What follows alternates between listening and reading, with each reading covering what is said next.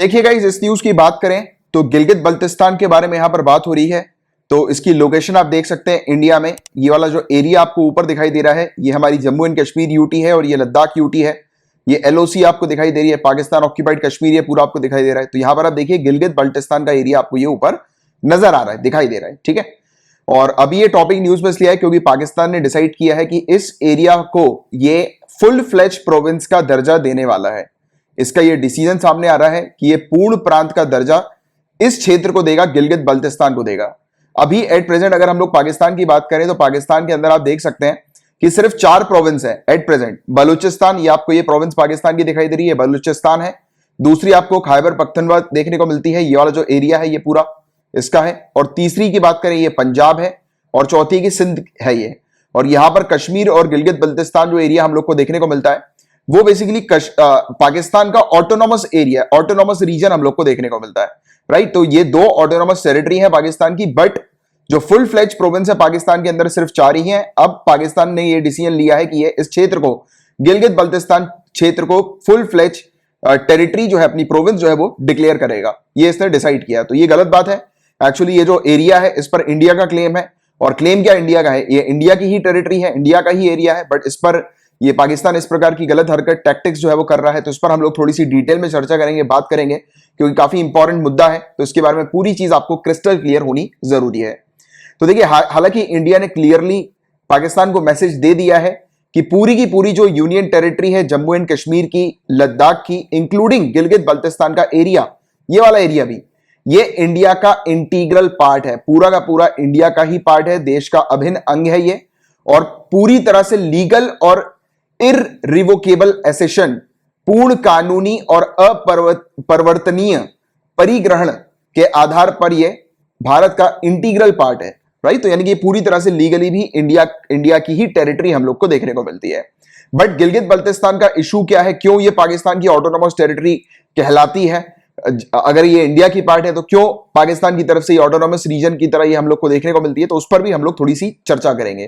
तो देखिए गाइस, आप लोग ऑलरेडी जानते ही हो कि ये पाकिस्तान ऑक्यूपाइड कश्मीर, ये पूरी जो एरिया हम लोग को नजर आता है, तो ये जो एरिया है विवादित एरिया है। इस पर इंडिया का भी कंट्रोल है, पाकिस्तान का भी कंट्रोल है, राइट। तो ये गिलगित बाल्टिस्तान भी उसी एरिया पर हम लोग को देखने को मिलता है। सो गाइस, पूरा मुद्दा शुरू कहां से हुआ इस चीज को हम लोग देखते हैं। और इंडिया का जो ये क्लेम है कि ये पूरी टेरिटरी जो है वो इंडिया की है, तो वो कहां से साबित होता है, तो उस चीज को पहले आप समझ लो, क्योंकि वो क्लियरिटी रखना आपको बहुत ज्यादा जरूरी है। तो गाइस, जब ब्रिटिशर्स का यहां पर राज था इंडिया के ऊपर, तो 1846 का समय था। इस समय सिख सेना को ब्रिटिशर्स ने हरा दिया था, अंग्रेजों ने सेना को हरा दिया था। हराने के बाद जो ये टेरिटरी है पूरी, इस टेरिटरी को ब्रिटिशर्स ने गुलाब सिंह जी को बेच दिया था। गुलाब सिंह, जो कि डोगरा शासक हम लोग को देखने को मिलते हैं, जम्मू के डोगरा शासक गुलाब सिंह, इनको ब्रिटिशर्स ने बेच दिया था। बेचने के बाद ब्रिटिशर्स ने क्या किया कि यही सेम टेरिटरी को लीज पर ले लिया था गुलाब सिंह जी से। इसको ऐसा समझना, ठीक है, ये जो है ये ब्रिटिशर्स हैं, ब्रिटिशर्स ने कब्जा किया इस एरिया पर, इस जगह पर, और ये जो जगह है ये ब्रिटिशर्स ने इसको दे दी, ठीक है, इस व्यक्ति को बेच दी। अब ये जगह टेक्निकली किसकी हुई? इस व्यक्ति की हुई। बट ब्रिटिशर्स ने क्या बोला, चलो अब ये जगह तो आपके नाम पर हो गई है, आप एक काम करो, लीज पर, रेंट पर इस जगह को हमें दे दो, राइट।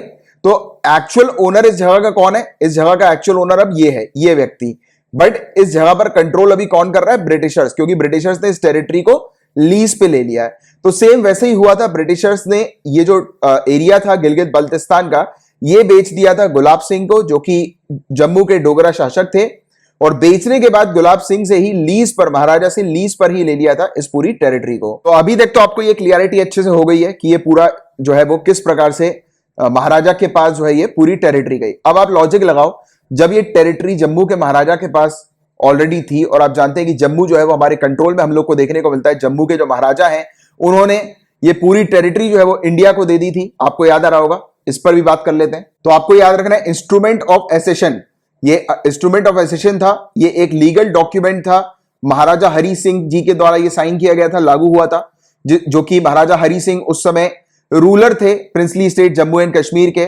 26 अक्टूबर 1947 को इस एग्रीमेंट को साइन करते हुए ये जो इंडियन इंडिपेंडेंस एक्ट 1947 का हम लोग को देखने को मिलता है, इसके तहत महाराजा हरि सिंह एग्री हुए थे कि वो शामिल होना चाहते हैं इंडिया के साथ, डोमिनियन ऑफ इंडिया के साथ। तो ये इंडिया के साथ जो ये शामिल हुई थी जम्मू और जम्मू एंड कश्मीर, वो इंस्ट्रूमेंट ऑफ एसेशन के तहत हुई थी। और महाराजा हरि सिंह जी की बात करें तो आप देख सकते हैं महाराजा हरि सिंह है, तो इनके पिताजी प्रताप सिंह, ये आप देख सकते हैं, उनके पिताजी रणबीर सिंह के पिताजी आप देखेंगे गुलाब सिंह, जिनके बारे में अभी अपन चर्चा कर रहे थे कि इनको ब्रिटिशर्स ने जो है वो दे दिया था, और ये फाउंडर थे रॉयल डोगरा डायनेस्टी के और पहले महाराजा थे जम्मू एंड कश्मीर के। तो ये वाली चीज बहुत इंपॉर्टेंट है, और इस तरीके से जो है वो आपको पूरी जो है वो क्लियरिटी होनी जरूरी है हर एक टॉपिक के बारे में। तो होपफुली अभी तक की जो कनेक्टिविटी है, लाइन आपको समझ में आ गई है। और मैं ये टॉपिक को थोड़ा सा डिटेल में इसलिए बता रहा हूं क्योंकि ये टॉपिक अब बहुत ज्यादा इंपॉर्टेंट हो गया, लगातार ये टॉपिक गिलगित बाल्टिस्तान का न्यूज में है, तो इसलिए अपन थोड़ा सा डीपली चल रहे हैं इस टॉपिक में।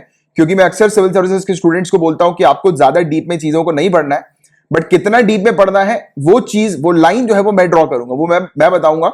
जैसे कि आप हमेशा जानते हैं कि कभी कभी यूपीएससी डीप में थोड़ी सी चीजें पूछ लेती है, 2019 के पेपर में ये चीज बकायदा दिखाई गई और अपन ने देखी है पूरी चीजें, राइट। तो थोड़ा सा जितना आपको डीप में जो पढ़ना है, वो कितना डेप्थ होगी उसकी वो मैं डिसाइड करूंगा और मैं आपको बताऊंगा, जिससे कि आपको जो है वो सिर्फ उतने ही तक ही जो है वो जाना है, उतनी ही सिर्फ प्रिपरेशन करनी है, ठीक है। अच्छा, इसमें एक चीज और ध्यान में रखना, ये ट्रीटी ऑफ अमृतसर, ये ट्रीटी ऑफ अमृतसर 1846 को साइन की गई थी, जिसके तहत फॉर्मल तौर पर ब्रिटिशर्स ने गुलाब सिंह को ये जो एरिया है, टेरिटरी जो है पूरी, ये दी थी, ठीक है। तो ये ट्रीटी ऑफ अमृतसर भी याद रखना, कभी कभी ट्रीटी से रिलेटेड भी क्वेश्चन आ जाता है। और दूसरी इंपॉर्टेंट चीज कि ब्रिटिशर्स और सिख का जो युद्ध हुआ था, वो फर्स्ट एंग्लो सिख वॉर हम लोग को देखने को मिला था। पहले एंग्लो सिख वॉर में ब्रिटिशर्स ने जो सिख के पास जो ये कब्जा था पूरा का पूरा, ये जम्मू क्षेत्र का जो हम लोग को देखने को मिल रहा था, जिसमें गिलगित बाल्टिस्तान की टेरिटरी भी लोकेटेड हम लोग को नजर आती है, तो वो पूरा क्षेत्र जो है वो सिखों से लेकर ब्रिटिशर्स ने अपने कब्जे में लिया और अपने कब्जे में लेकर उस क्षेत्र को बेच दिया गुलाब सिंह को, ठीक है। तो ये वाली चीज आप लोग को इस प्रकार से कनेक्टिविटी रखनी है। तो ये चीज आपने यहां तक क्लियर कर ली, रिपीट कर लेते हैं एक बार। क्या किया ब्रिटिशर्स ने, गुलाब सिंह जी को जो है ये बेच दी पूरी टेरिटरी जम्मू एंड कश्मीर की, हम लोग को देखने को मिला, जिसमें इंक्लूडेड क्या था, गिलगित बाल्टिस्तान की टेरिटरी थी। अब मैंने आपको क्या बोला कि टेक्निकली अगर हम लोग बात करें तो ये पूरी गिलगित बाल्टिस्तान की टेरिटरी किसके अंडर में थी, महाराजा जम्मू एंड कश्मीर के। और जम्मू एंड कश्मीर के महाराजा ने इंस्ट्रूमेंट ऑफ एसेशन को साइन करते हुए इंडिया को जो है ये पूरी टेरिटरी दे दी थी, इंडिया के साथ जो है वो हाथ मिला लिया था, राइट, इंडिया में शामिल हो गए थे ये। तो टेक्निकली गिलगित बाल्टिस्तान का एरिया तो इंडिया के कंट्रोल में ही है, राइट। तो इसलिए जो इंडिया क्लेम करती है, वो उसका जो क्लेम है वो जायज है। बट यहां पर प्रॉब्लम क्या आई वो समझना आप लोग के लिए जरूरी है। तो देखिए, प्रॉब्लम ये आई कि ब्रिटिशर्स खेल गए। ब्रिटिश के एक आर्मी ऑफिसर थे, ये कर्नल की रैंक के थे, इन्होंने महाराजा हरि सिंह के गवर्नर को बंद कर दिया था, उनको यानी कि जेल में जो है वो उनको कैद कर लिया था। और कैद करने के बाद ये जो पूरी टेरिटरी का कंट्रोल जो था वो पाकिस्तान को दे दिया था, यानी कि पाकिस्तान को ये टेरिटरी दे दी थी, राइट। तो ये पूरी एक इशू हुआ था, ये जो हरकत हुई थी ब्रिटिशर्स की तरफ से, इस हरकत के कारण गिलगित बाल्टिस्तान की जो टेरिटरी है वो इंडिया और पाकिस्तान के बीच में एक विवादित टेरिटरी बन गई। तो ये पूरी की पूरी जो चाल चली थी ब्रिटिशर्स ने, ये 1947 के दौरान चली थी। और आपको याद आ रहा होगा कि ये पीरियड था जिस दौरान हम लोग को इंडिया और पाकिस्तान के बीच में युद्ध देखने को मिला था, जिसको हम लोग पहला कश्मीर युद्ध भी बोलते हैं, क्योंकि कश्मीर को लेकर युद्ध जो है वो छिड़ गया था इंडिया और पाकिस्तान के बीच में, राइट। आप देख सकते हैं ये इंडिया पाकिस्तान वॉर 1947 1948, जिसको फर्स्ट कश्मीर वॉर के नाम से भी जाना जाता है। अब जब ये युद्ध छिड़ा तो इस युद्ध को रोकने के लिए और दोनों कंट्रीज के बीच में जो इश्यूज हैं उसको टैकल करने के लिए यूनाइटेड नेशंस बीच में आई। तो उस समय हम लोग को यूनाइटेड नेशन सिक्योरिटी काउंसिल का रेजोल्यूशन 47 देखने को मिला था, जिसको 21 अप्रैल 1948 को अडॉप्ट किया गया।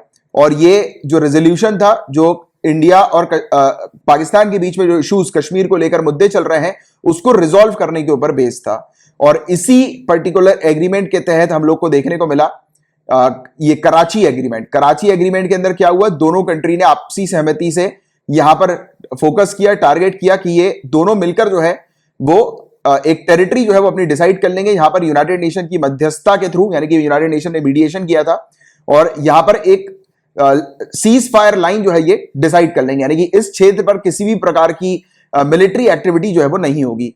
तो ये वाला क्षेत्र जो है, जैसे आप देख सकते हैं, ये वाली टेरिटरी जो है वो आपको इस तरफ इंडिया की दिखाई दे रही है, आपको श्रीनगर दिखाई दे रहा है, कश्मीर दिखाई दे रहा है, ऊपर आप देखेंगे गिलगित एरिया आपको दिखाई दे रहा है, इस तरफ आप देखेंगे ये पाकिस्तान का पूरी टेरिटरी है, बट आप बीच में देखेंगे कि ये टेरिटरी छोड़ दी गई है, राइट, जहां पर हम लोग को गिलगित बाल्टिस्तान भी नजर आ रहा है।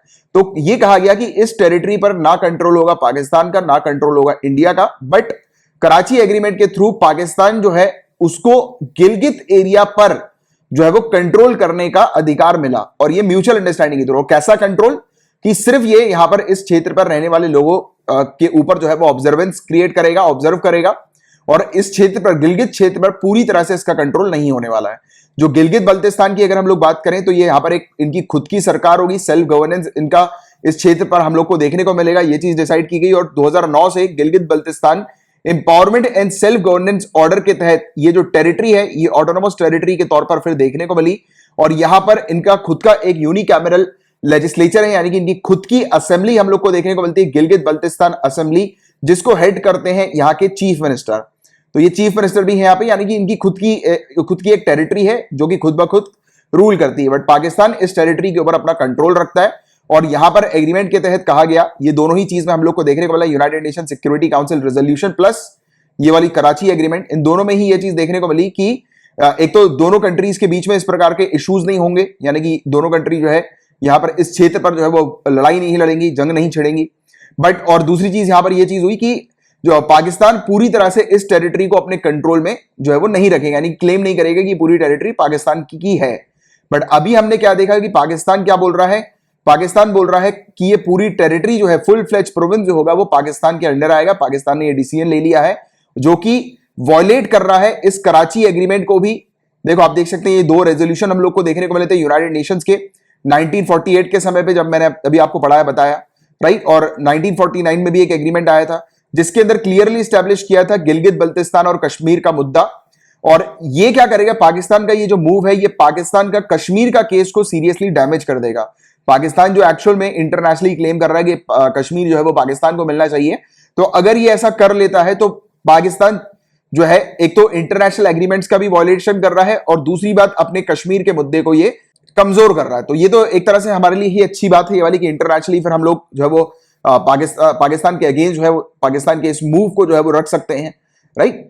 तो ये वाली चीज है। और दूसरी बात, इसको अगर ये 5वीं प्रोविंस बना लेगा तो ये कराची एग्रीमेंट का भी उल्लंघन कर रहा है, जिसके बारे में मैंने अभी आपको बताया था। और ये जो दो इंस्ट्रूमेंट है ये बेसिकली जो डाउटफुल लीगल अथॉरिटी पाकिस्तान को प्रोवाइड कराते हैं, ये दोनों इंस्ट्रूमेंट जो अभी अपन ने बात करी देखे, तो ये लीगल अथॉरिटी पाकिस्तान को देते हैं, यानी कि पाकिस्तान जो है वो इस क्षेत्र पर, ये जो ऑटोनोमस जो क्षेत्र है गिलगित बल्तिस्तान का, तो उस पर पाकिस्तान को कंट्रोल करने का मौका देते हैं। तो वो भी बताया जा रहा है कि उसको भी, उसकी ये जो पाकिस्तान की ये पोजीशन है उसको भी ये डैमेज कर देगा। तो इंटरनेशनली पाकिस्तान को काफी नुकसान होने वाला है इस चीज को लेकर, क्योंकि इंडिया जो है वो इसके अब विरोध में जा रही है, और इंटरनेशनली ये चीज पुट की जाएगी, क्योंकि इंटरनेशनल एग्रीमेंट्स का उल्लंघन ही हम लोग को देखने को मिल रहा है पूरा का पूरा। और साथ ही साथ ये 1963 के पाकिस्तान चाइना बाउंड्री एग्रीमेंट का भी उल्लंघन करेगा, क्योंकि ये जो एग्रीमेंट है गाइस, इस एग्रीमेंट के तहत जो पाकिस्तान और चाइना की जो बाउंड्री सेट की गई थी, उसके बीच की जो टेरिटरी है वो इंडिया से होती गुजर रही थी, और ऐसी टेरिटरी से होकर गुजर रही थी जिसको इंडिया क्लेम करती है। तो इसलिए इंडिया ने इस चीज को रिकॉग्नाइज नहीं किया था, और एंड में ये चीज सामने आई थी कि जब जो ये इश्यूज है इंडिया और पाकिस्तान के बीच में, जब ये सेटल हो जाएंगे, कश्मीर का मुद्दा जब सेटल हो जाएगा, तब फिर ये बाउंड्री जो है वो मतलब पाकिस्तान और चाइना मिलकर जो है वो कंटिन्यू कर सकते हैं, यानी कि इस एग्रीमेंट पर जो है वो फिर वो काम कर सकते हैं। और साथ ही साथ ये 1972 के शिमला एग्रीमेंट के अंदर भी ये चीज मेंशन थी, इस चीज का उल्लेख था कि दोनों में से ना इंडिया ना पाकिस्तान इस टेरिटरी के ऊपर अपना कंट्रोल जो है वो नहीं रखेंगे, और ना ही इस टेरिटरी के अंदर कुछ चेंजेस लाएंगी, राइट। तो ये पाकिस्तान वेरियस जो एग्रीमेंट्स है उसका उल्लंघन कर रहा है, इसलिए आपको वेरियस एग्रीमेंट्स के बारे में डिटेल्स पता होनी चाहिए थी, और सिर्फ उतनी ही डिटेल जितना मैंने भी आपको बताया है। तो होपफुली आपने कहीं पर नोट डाउन किया होगा जो मैंने कुछ एक्स्ट्रा इन्फॉर्मेशन आप लोग को यहाँ पर दी है।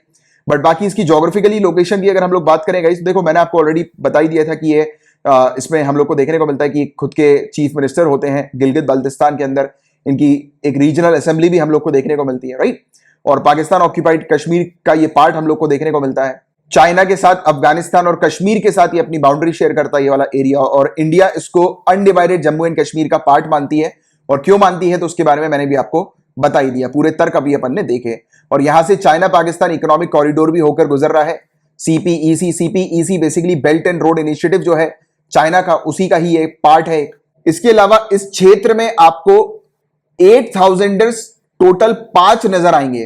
तो टोटल जो 8,000ers है वो 14 है, और ये 8,000ers होता क्या है तो इसको आसान भाषा में देखो आप, तो ये देखो international mountaineering and climbing federation, इसके द्वारा रिकॉग्नाइज किया गया है 14 माउंटेन को 8000ers, और ये ऐसे माउंटेन्स है जिनकी हाइट 8000 मीटर से ऊपर की है।